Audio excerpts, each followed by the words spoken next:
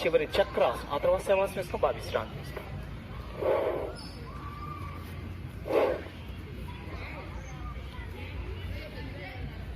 వాళ్ళు ఎవరికైనా చక్రాసనం కానీ ఇబ్బందిగా ఉంటే కానీ అర్ధ చక్రాసనం ప్రాక్టీస్ చేసుకోవచ్చు. వేసి బెండ్ చేసుకొని ఈజీగా చేసుకోవచ్చు.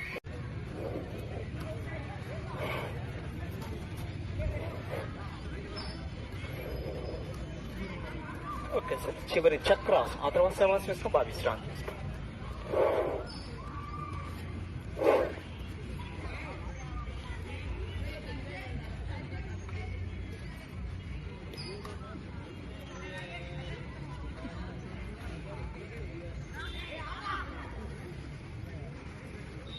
వాళ్ళు ఎవరికైనా చక్రాసనం కానీ ఇబ్బందిగా ఉంటే కానీ అర్ధ చక్రాసనం ప్రాక్టీస్ చేసుకోవచ్చు.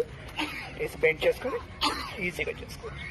అర్ధ చక్రాసనం హాఫ్ రిజల్ట్స్ ఉంటుంది. చక్రాసనం చేసుకోవడం కోసం అర్ధ చక్రాసనం, ఆ తర్వాత శవాసనంలో బాగా రిలాక్స్ కావాలి.